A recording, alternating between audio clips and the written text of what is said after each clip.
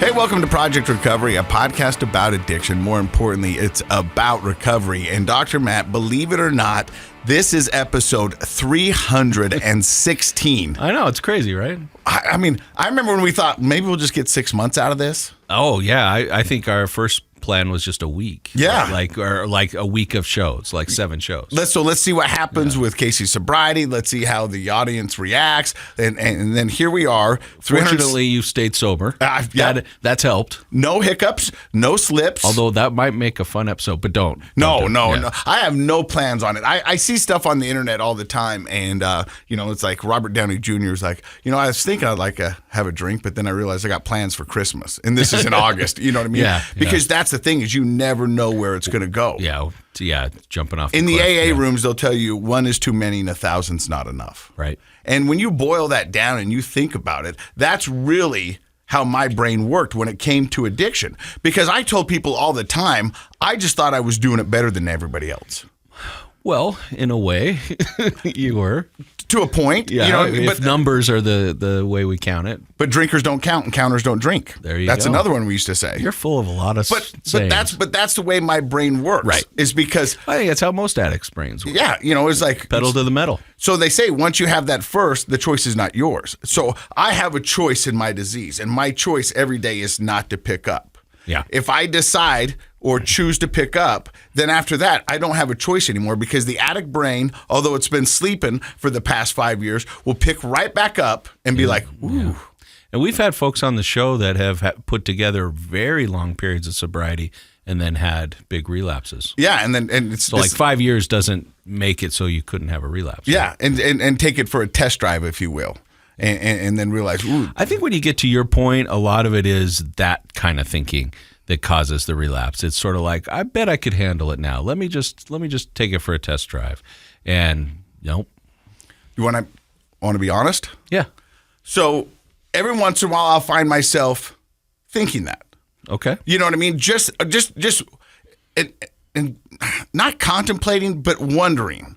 You know what I mean? Like, could I have one and then put it down? And then I just realized what a stupid thought that is. Because what the life I have right now is mind-blowing. Not only to me, to my kids, to my family, to my coworkers. You know what I mean? What I have done, and I'm not saying this to be braggadocious, what I'm saying is that I never imagined that my life would be this good again.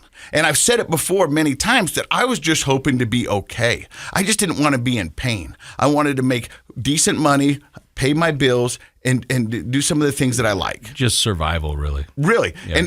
And that was my end all. That's what I was like, if I get to that, I'm winning. Mm-hmm. I never thought that I'd have the life that I have today. And so when I think of that in context of, could I have one drink? Why would I even bother? Right. There's nothing in one drink that's going to make me feel better than I feel right now. That's true. And what I have learned in recovery and through this journey is that you've got to feel the feels. And allow your emotions to happen, right? Yeah, because that's what a lot of us do. I did a post the other day, and I thought it was going to be controversial on Facebook, and it was because of our last guest, Justin. And I said, drugs and alcohol aren't the problem. Hear me out. They are a problem, but when it comes to most addicts, that's not the main problem. Their problems are their problems, and the drugs and alcohol were their solution until they became a problem. Yeah. But until we unpack that backpack and figure out what it is, whether it's anxiety, trauma, what it may be. Well, that's what protects a person against relapse, is going back farther than the drugs and alcohol. What else predated it? What are the issues that influenced the drug and alcohol use in the first place? Was it self-medication? Often it is. Often for no, we wouldn't fault the person if they, how many people on our show have like genetically induced anxiety where they just were anxious until they had that first drink or that first smoke, and all of a sudden they were like, oh my gosh, this is how other people feel? This is amazing. I want more of this. It doesn't have to even be trauma. It can just be mental health. So whatever it was that caused or influenced, I should say, the drug and alcohol use and abuse, you got to go all the way back to that and work on that. Otherwise, I think you're at much higher risk for you're not really in recovery. First of all, you're white knuckling it, and you're at high risk for relapse. And when I talk about feeling the feels, what I mean is that we live in a society, whether it's social media, TV, whatever it may be, everybody always is putting their best foot forward, and everybody's always winning, and everybody's always showing on vacation. Everyone's always on vacation. How cool! But me, yeah, me too. And so how cool they are. So when you look at that, you go, "What's wrong with me? Why am I not doing that?" Right. But then you got to realize that you've got to feel the feels. You cannot feel good every day. You can feel good parts of every day, but you're going to have to feel the feels. You know, the whole range. The whole range. Sometimes you're going to lose. Sometimes there's a death. Do you know why you have to feel them? Why? So this is one thing that I like to talk about in therapy with people. I like to think of an emotion as having two parts. One is the feeling. Mm-hmm. Now, we usually think a feeling and an emotion are the same thing, but they're not. An emotion includes the feeling. That's what gets our attention. Mm-hmm. It also has information. And so and that feeling has a purpose, that emotion has a purpose. If you don't understand the emotion that you're having, then you miss out on the information that can improve your situation. And guess what? A lot of those emotions don't feel great. No. Right? And so the analogy I use is if you ever had a lousy car, like I've had a lot of them, mm-hmm. and those lights that aren't normally there, they'll start popping on, right? The car emojis, I call them. Car emojis.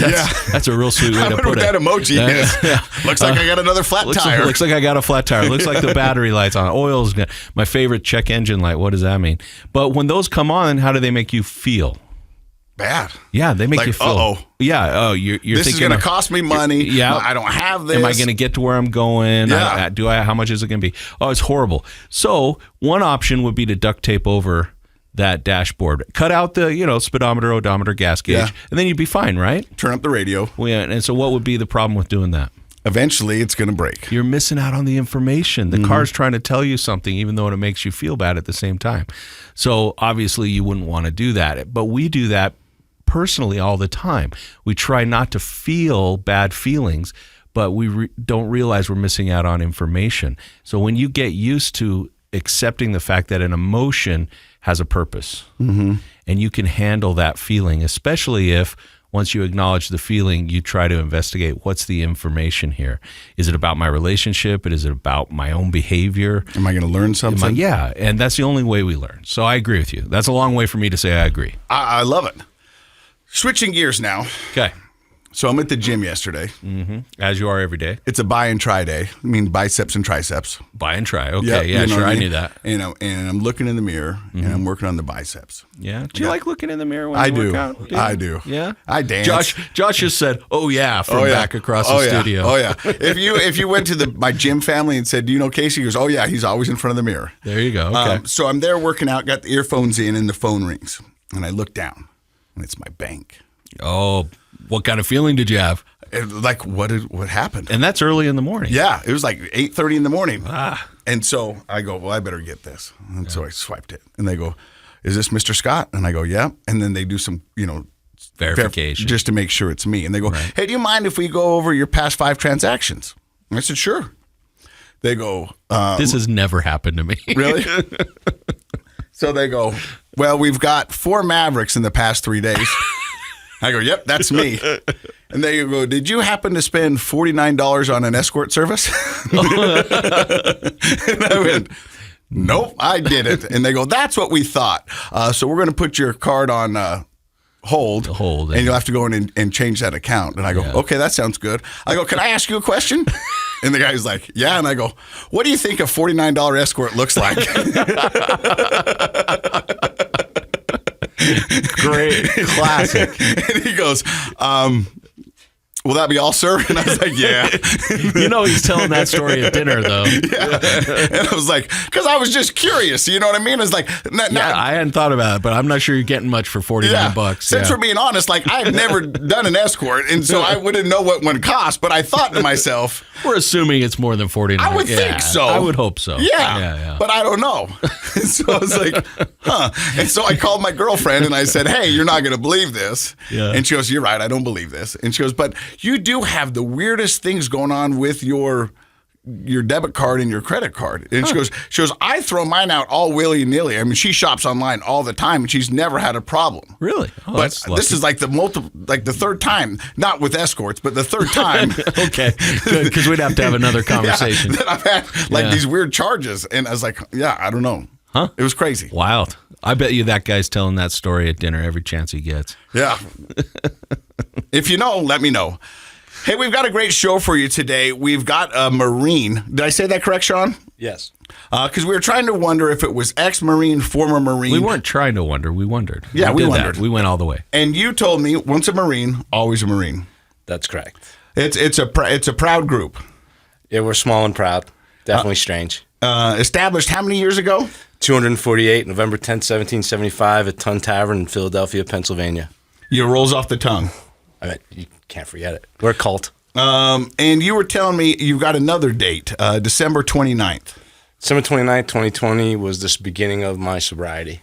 And so you're rocking about 3 years now. 3 years, yeah. It was the day I was arrested as well. What were you looking for in your arrest? What were they trying to get you for? It was everything from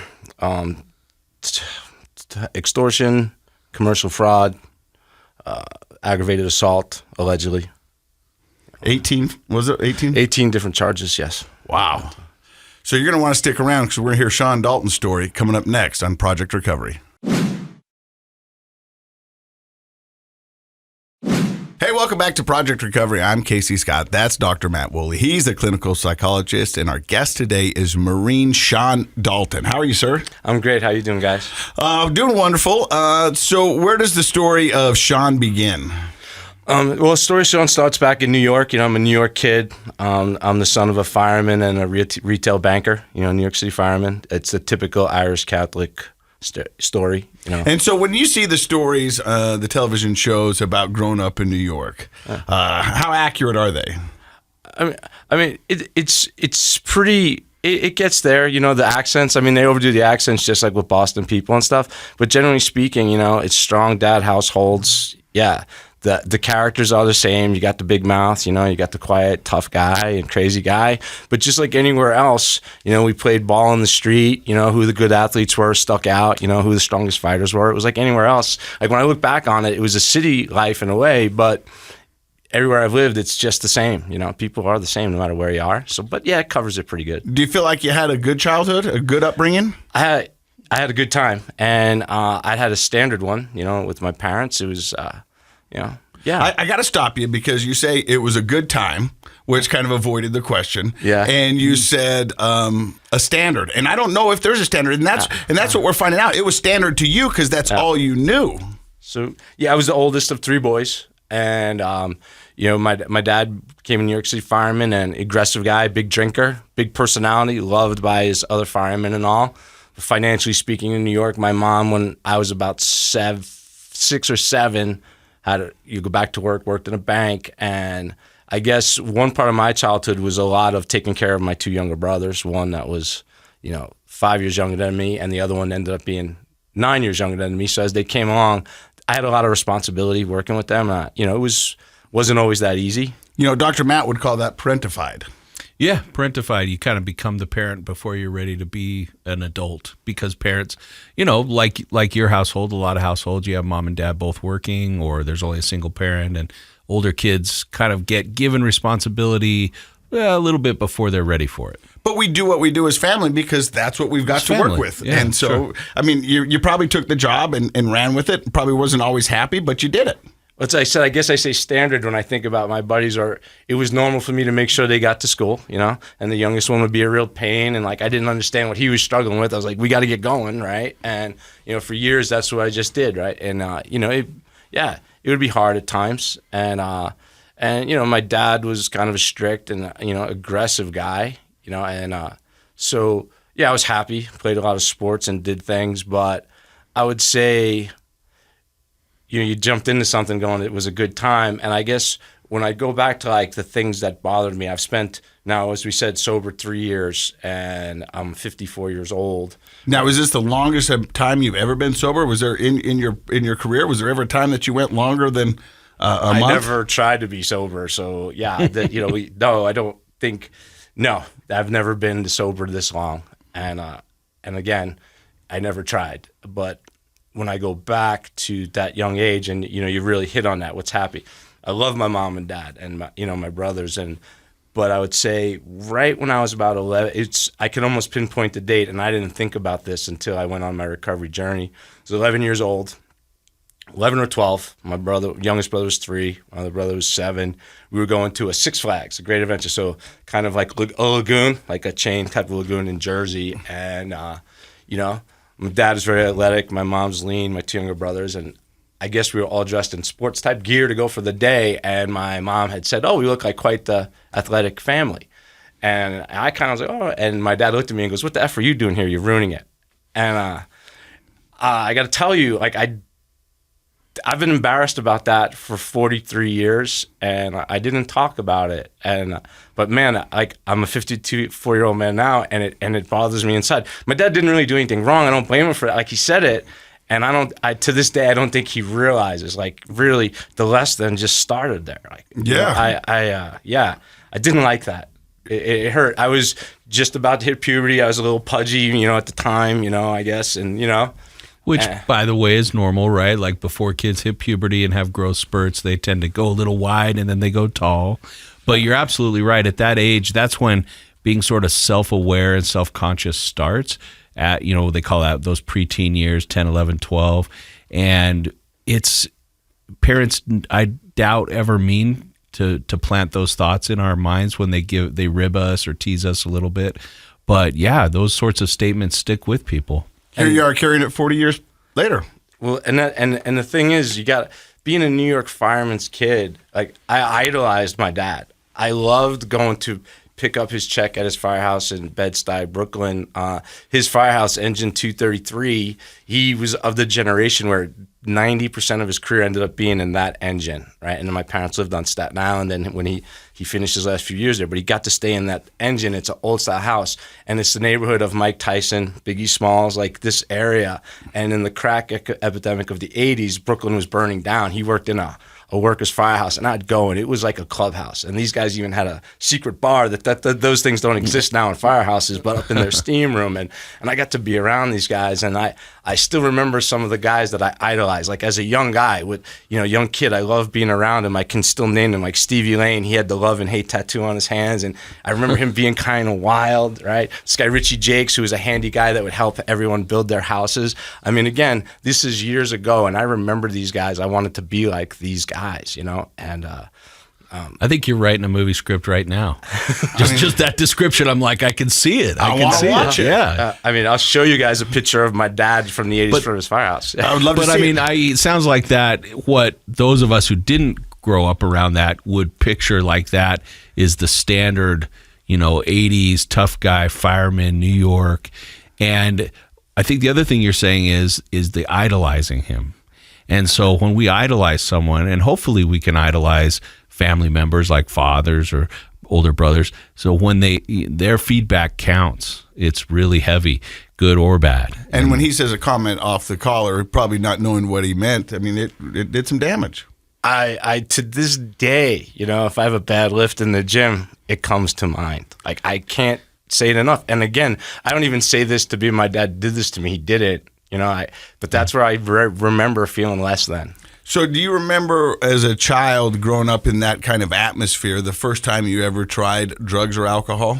So the first time I drank was a 8th grade party, like that. We had like 2 beers each and felt but again, it wasn't. That was one time and didn't get in trouble for it and all that. And it didn't make you feel like, oh, this is something I want more of. We've had people on here who've had their first 2 beers and went, yes, this is what I want. Even at the young age of 8th grade, they said, no, this is what I want more of. And that's the interesting thing. Played sports in high school, drank, I'd say abused alcohol a few times, but generally speaking, it wasn't really, and I think that's because I'll cut back to my dad, right? I remember him being angry a lot and all, but I think a lot of it was my dad drinks a lot, and he was putting away a case of beer a day. After 12 now, they spend their winters in Florida, with other retired cops, firemen, and the like, and all that, and beers all day long. And when I look back now, I realize like hangover or whatever, that was his lifestyle, and it was a little bit dark, and his job was hard, and I didn't understand that. I just didn't want him angry all the time. But I didn't have such a tight relationship with that alcohol. I had some fun and went a little wild, but it was really, I decided to join the Marines out of high school, and part of it was I didn't know what I wanted to do. I knew I wanted to do something good, and I wanted to do something manly, and really, and get away from what that was, like show him I could do something and not just join the fire. Well, I won't say just join the fire department. Yeah. You can't just join the fire department in New York anyway. But yeah, You wanted to impress your dad. yeah, I wanted him to be proud of like doing this aggressive thing. He was a Vietnam era guy who got drafted as an MP and all that, and so it was important. I thought I'm joining the Marines, and I joined, and a few months later I was gone. It was pretty quick, but I will tell you that is where my relationship with the booze really started, because one thing the Marine Corps appreciates is, or Marines in the Marine Corps appreciates, is being hard. And one of the definitions of hard at the time is you pound away the booze on your free time, and then you go work hard. You do your job, We work hard, but party harder. Really, really hard, Kind of proving that you can handle it, right? Like I can handle the booze and still go out and beat you at what we're doing. Exactly. And even if I take it forward, I was enlisted for 4 years. I got out, went to college, and went back in the Marine Corps and became an infantry officer. And there's this story back when I was a platoon commander. So I was at Echo 2-3 Island Warriors in Hawaii, in 1996, 97. And me and some other lieutenants, basically lieutenants lead a platoon of about 35 to 40 Marines, in a company of 160 plus Marines. But, you're the officer in charge of those guys, and they're watching everything you do, maybe like the way I idolized my dad. But anyway, on one night with some other lieutenants, we went out to a bar called Hot Lava, shut it down at 4:30 a.m., and at 5:30, I ran a perfect PFT score. That's with physical fitness test. Like that spread like wildfire. Lieutenant Dalton's an animal, right? And you get accolades for that, through your career for being that hard. And I got to tell you guys, quite frankly, I don't even understand what happened. Okay, I just became a guy that could handle his booze, and I carried that with me through my career. And you wore it like a badge of honor. Yeah, Dalton's hard. Like, forget about any medal, forget about any ribbon, forget about any combat story. Like, I don't know, basically the intrinsic nature of an infantry Marine, and I love all Marines, right? There's the support and all, but I was in the infantry, and I'm very proud of having served in the infantry.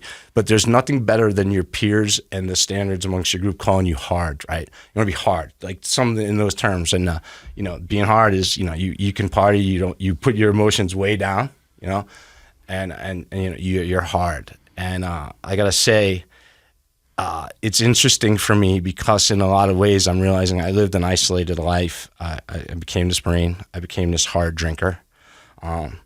Became a leader of Marines and was very proud of it. And had deployments, and I deal with what those are.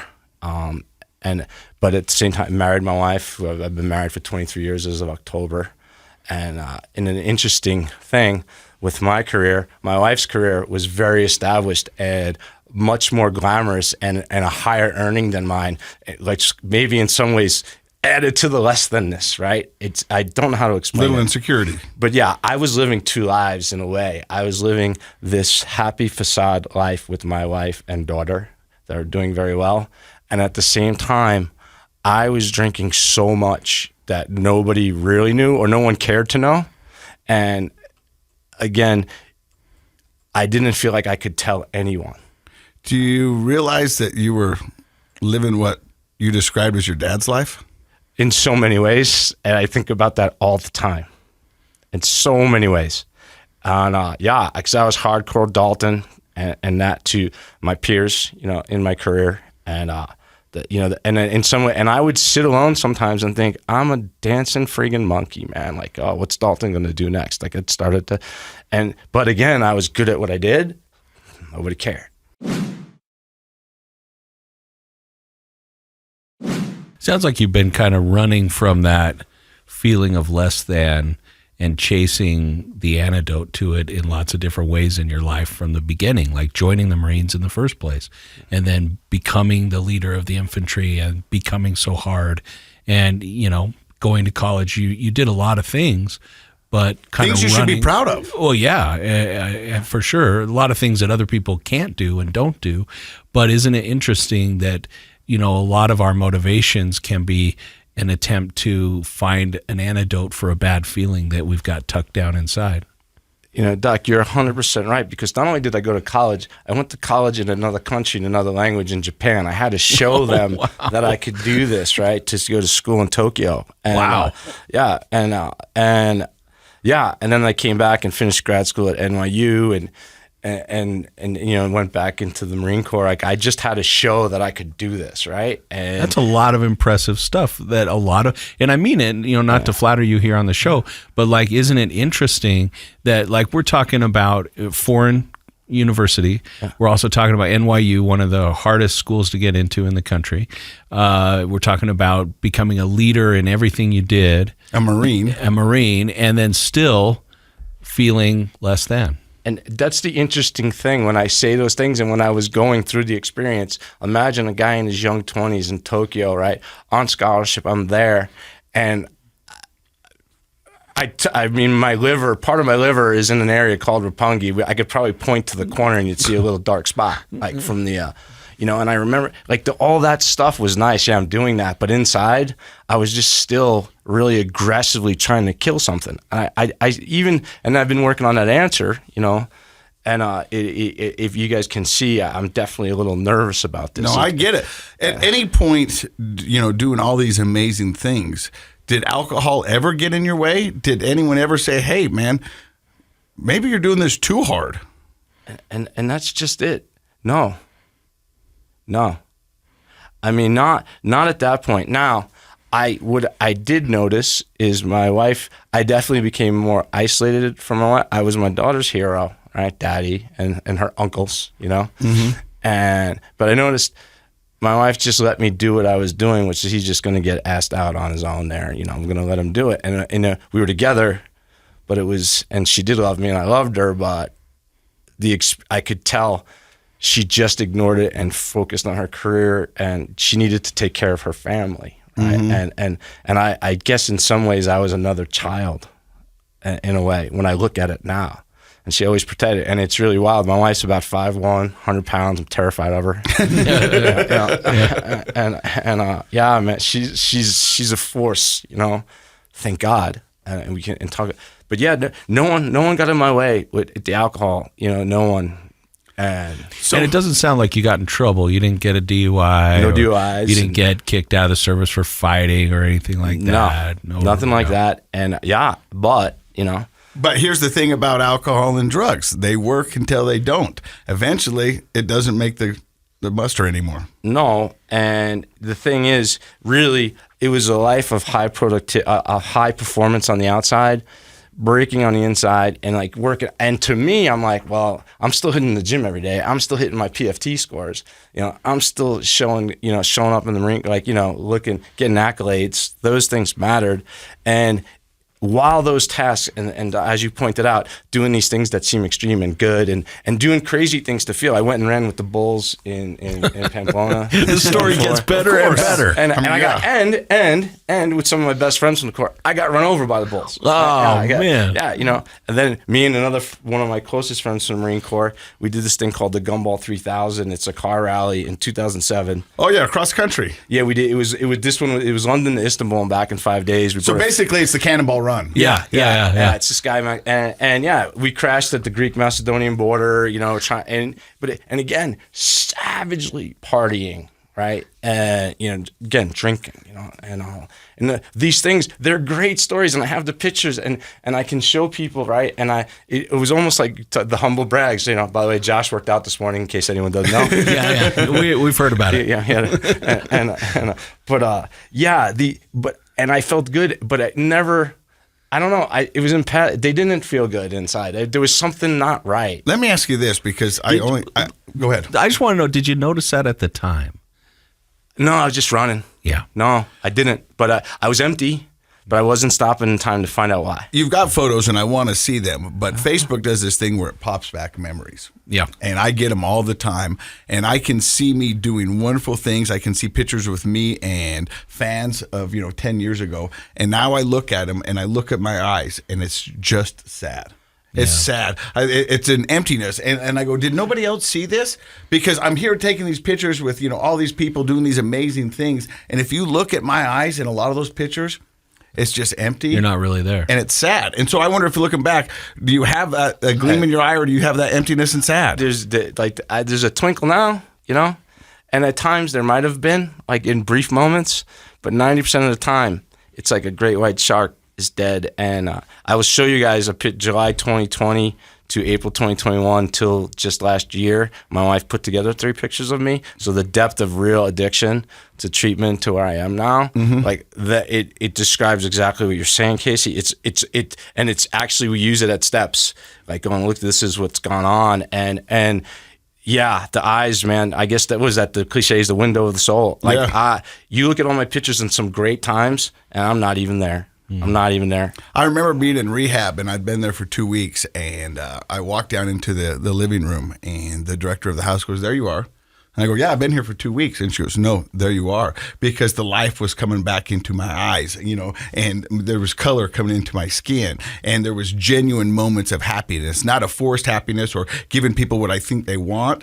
She was like, "There you are." And I remember, and it gives me chills every time I think about it, because I remember that's when I started going, okay, there I am. And, so I guess I could tell you guys about like when it really was the problem. When the problem, like all those achievement, all that can do stuff, it all worked. And then in 2014, moved on from my career. We moved to Park City. My daughter was into ski racing in the Northeast and was quite good enough to the point there was some recognition. And Park City ski team and the Center of Excellence in the Winter Sports School were here. We come to Park City. My wife was working in Salt Lake. I didn't have a lot going. I had to be alone with myself. Well, I'm not going to get too far into it, but I was injured in the Marine Corps, and I have a lot of pain in my face, and so I became familiar with some builders and worked with those guys, helping them with maybe getting their payments that they needed to get paid. And I can't allude to too far into it, but no, yeah, I get it. And well, I was complaining about my face. Around 2016 or so, and I was really in a dark place and drinking a lot. I mean, I was hitting Shucks on Main Street at 10:30 in the morning on Tuesday, $3 schooners of beer. Yep. Right? Well, and then suddenly I stopped working out, and I got real heavy. So now I could look in the mirror before, and I had that as vain and as thin as that is. That was, It was something to grab onto. Yeah, hey, man, I'm still there. And then I just ballooned and all that while complaining about my face. This builder he's just like, "Hey, try this, man." And he put out some cocaine. And, I did the line, and I looked at him, and he went, "Oh, no." And yeah, he was right. It was the best thing I ever felt, ever. When people ask me today, what was cocaine like? I'm like, it is so awesome. Don't ever do it. If you have not done it, don't do it, because you'll do it. And again, it sounds cliche to some people, but holy cow, man. I think that's a common story, though. Like, people abuse a lot of different substances, alcohol, and the whole gamut. But for most people, something is definitely their DOC. Something hooks them from the get-go.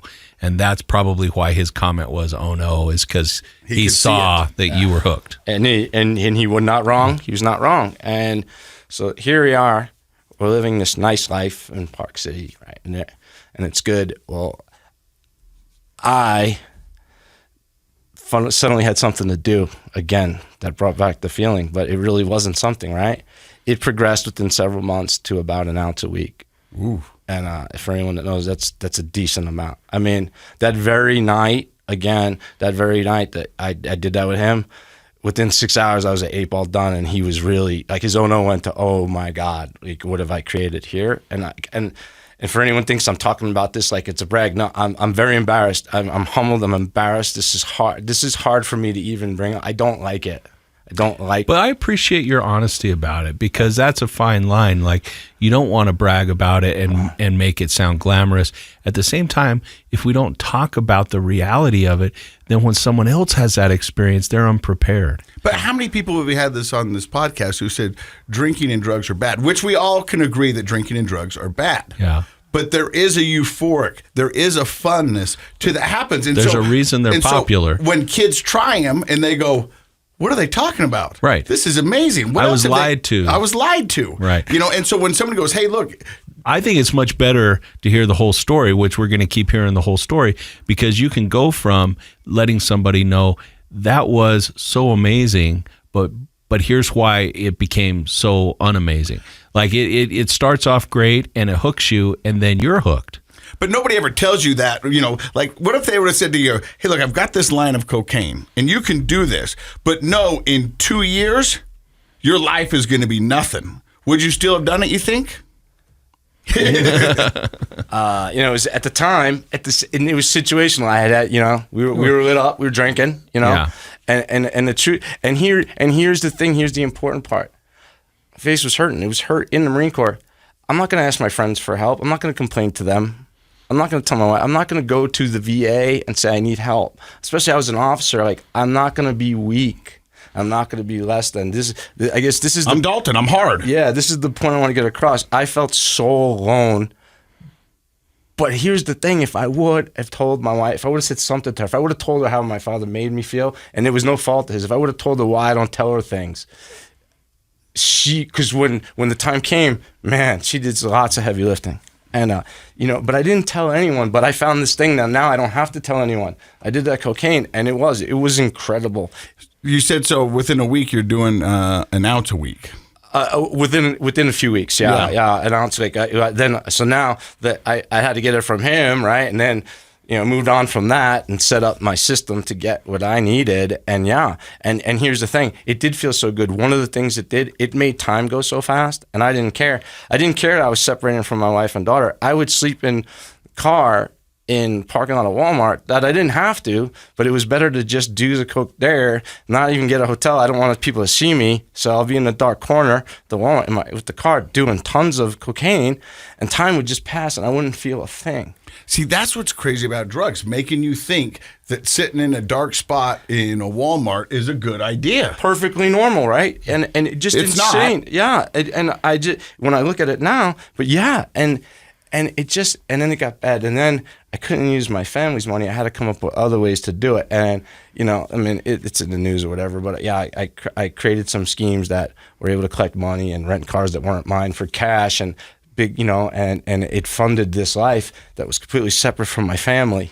And literally for 3 years, they saw me as I was a ghost, and I was not my daughter's hero anymore. And then she's at UCLA. She's really not talking to me. She doesn't want me around, and my wife doesn't want me around. But it's a tolerable situation because I'm not around so much, and I'm like a vagrant in Park City, you know, and I'm like, people can't imagine that this guy did it. You know, I look like crap, but I thought I looked fine, and I just lived like that until the final day came. There was an argument in a parking lot at McDonald's in Kimball Junction, and it ended up with, you know, a bunch of guns pointed at my head, aggravated assault charges, and on the ground, and I just wanted them to shoot me. Like, I was good. That deep embedded feeling of being less than. Yeah, and I was on the ground, and the cop telling me, "You messed up, man. You're so screwed." And I can remember I'm sitting in the cop car, the relief, just the embarrassment, and this little cop who I could snap in half, and again, just yell like, "You're screwed now. You know, you're hurting people," and yeah, screaming at me, you know. And I'm looking at him, almost bemused. Like, whatever, bro. I was like, you have no idea, guy. You have no idea. This is probably. I literally still had the G2, the S2 is Intel in the military. I still had the G2 to know this is probably the best thing for myself and the community right now. This very moment, handcuffed in the back of this car. So you had that dual awareness. That's amazing. I had never been in trouble with the law. So this is December 29th, 2020. you know, and I'm in Summit County Jail. I'm a mess, like, but even, you know, they wanted to do the test with me to see if I could walk, you know, whatever, field sobriety test, right? And I'm like, F you, man, get away, you know. And I'm so done, like, I'm not even nervous. I'm sleeping in the holding cell. They got to wake me up to do a blood test, do that. 2 days, I stand in front of Judge Mrazek. It's COVID, you know, and I'm still in my own clothes 2 days, and I'm on the screen, and he's like, yeah, you're definitely a threat to the community, you know, no bail. I don't know what any of this means at the time. Didn't know that they were surveilling me, like, for other stuff, right? Anyway, I'll go back in. They dress me up in Bar Barker Dayglow Green, and I go into 23-1 for COVID. Had some altercations with the guards, so that's supposed to be 5 days. My 23-1 turned into 11 days because the nurse kept leaving before she could give me a COVID test. Right? You know? And anyway, those 11 days were hard. I got to talk to my wife briefly, you know, while the 23-1 is going on. It's out that I am a complete mess. You know, it's commercial fraud, extortion type of things. And I end up in the before conviction or pre-sentencing pod in the jail, and I'm looking around going, man, I was a Marine officer, I had a successful life, I'm in jail. Now it's been about 11 days. Literally, coherence is starting to come back, and the weight, you know, hearing my mom's voice on the phone, they're trying to get me a lawyer, right, and my wife, and you know, the weight of what they were saying to me, I'm like, oh man. And you know, the same judge that was going to have my case also had the divorce papers from my wife. And again, I was like, whatever, take everything, whatever. I just assumed that I was going to have to start to understand the prison system. And this is my life now, and I'm 50 something, and this is terrible. You know, and you know, but, and this is where addiction is very selfish, and you don't realize what you have. But for anyone that needs that help, that's there. If you have that someone, you don't even realize that they're fighting for you. Like, I don't know, my wife didn't have to, but she was calling everyone. She got me an attorney, but the VA can be mysterious. I wanted to get to this part, because the recovery part, because this is the important part. Yes. The VA is very mysterious sometimes to people, especially, I never wanted help from them, right? Never. But she was sending them faxes. She was sending emails. She was calling anything she could find. And lo and behold, she finds someone who is part of Veterans Justice Outreach. And this woman, Bobby Fosberg, who is a licensed clinical social worker who works for the VA as a Veterans Justice Outreach officer, somehow it got to her. My wife doesn't even know how. I just know that my wife is relentless. And they're like, oh, you know, Bobby Fosberg came to the jail when I'm about 3 weeks in. And she's across, and she saw me, and she goes, oh, Sean. Like, I've never met this lady. She just looked at me. She goes, she touched the lady. She goes, oh, Sean. She goes, you need help. You earned the right to get the help. If I'm going to give you help, will you take the help? And, you know, it's freezing in that jail. Anyone been in jail? It's cold. It sucks. And I said, yes. Yeah. I said, I will. I'll take the help. She goes, I'm here because your wife finally got, you know. I said, yeah. And I did. I held on to that, you know, with both hands. I'm like, I'm gonna take this help, right? So she goes, I'm gonna get you out of here. We're gonna get you into treatment. I'm gonna do it. She did an assessment with me across the glass. She goes, and of course I underreported anyone that's been in this situation. Oh yeah, I did a little cocaine. You know, I eventually told her, yeah, this is how much. You know, even she was surprised. She's like, I don't know how you're standing, but okay. So that was December 29th. So about 3 weeks in, she had, you know, told me she'd get me out. Well, on February 5th, Judge Mrazek signed the order to allow me to get released to go to Steps Recovery. And so I was in jail for 35 days. Now, I still had charges, and I had to walk out with several ankle monitors, not one, several ankle monitors. I had to get several ankle monitors. And I was taken down to Payson, Utah. The individual that worked for Steps at the time was named Drew Wilson, was the guy that picked me up. If you're familiar with Drew, you know, I mean, I don't know anyone that's had this experience. The person that comes to get you to begin you on this turnaround in your journey, they hold a special place in your heart. You'll never forget them, right? Alicia. There you go. She's mine. Yeah. I'll never, he could call, a lot of people call me like, man, if Drew needed anything, like, and again, he's part of Steps and connected, but he was the guy. He showed up at the jail. I got his Subaru, got Taco Bell. My wife met us briefly, the 7-Eleven by the Summit County Jail, to give me a couple more clothes or whatever. I had never, forget 12 steps, this, whatever. No, I've never done anything, but I'll tell you right now, there's a lot of things I would have done to get out of jail. Okay. And going to rehab seemed like the least problematic, but I would have done way more to get out of anything. And I went to Payson. I was in the residential rehab with Steps Recovery for 60 days. And the really interesting, like, Casey, Ty, I don't know if you know Paul. Yeah, I know. So I was about 2 weeks there, and again, rehab is really disorienting from the point that everything just slows down, and now you're stuck with yourself, and you're stuck with other people that have similar problems, and we're out 180-degree different life experience, but you all ended up at the same place, and then you find you want to be different, then you find that otherness, that not feeling enough. Connection. Yeah, it's all there for everybody. But I was about 2 weeks in, and the clinical director was my therapist, and I was standing in her office at the time, and Paul, I'd never met, I didn't know him, just in jeans, tall guy, BYU football player guy, for anyone that doesn't know, just a guy.